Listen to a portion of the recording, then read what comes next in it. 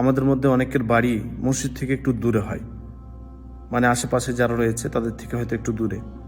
তো মসজিদ দূরে হওয়ার কারণে অনেক সময় এরকম হয় আপনার মনে ইচ্ছা যে সালাত আদায় করতে যাব না, একটু দূর মসজিদ, আর যেতেও কষ্ট, যেতেও সময় লাগবে, তো বাস বাড়িতেই নামাজ পড়ে নি।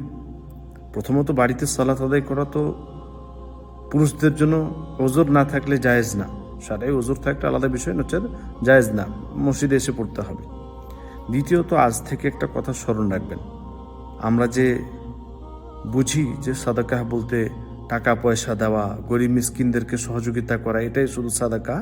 জি না, আপনি যে পায়ে হেঁটে আসেন, আপনার যে হেঁটে আসা, এই হেঁটে আসাটাও, প্রত্যেকটা কদম যে হেঁটে আসছেন প্রত্যেকটা কদমে সাদাকা। সুবহানাল্লাহ। আল্লাহ রাসূল সাল্লাল্লাহু আলাইহি ওয়াসাল্লাম তিনি বলেন, কুল্লু খুতওয়াতিন তামশিহা ইলা সালাত সাদাকাতুন। প্রত্যেকটি পায়ে হাঁটার যে কদম, এই প্রত্যেকটি কদম হচ্ছে আপনার জন্য সাদাকা। ফলে যখনই আপনার এরকম চিন্তা ভাবনা আসবে যে মসজিদ একটু দূরে, কতটা হেঁটে যাব আমি, আর তো এই চিন্তা ভাবনা এলে এরকম কথা স্মরণ করুন যে মসজিদ যত দূরেই হোক না কেন, আপনি যে পায়ে হেঁটে যাচ্ছেন এটা সাদাকা।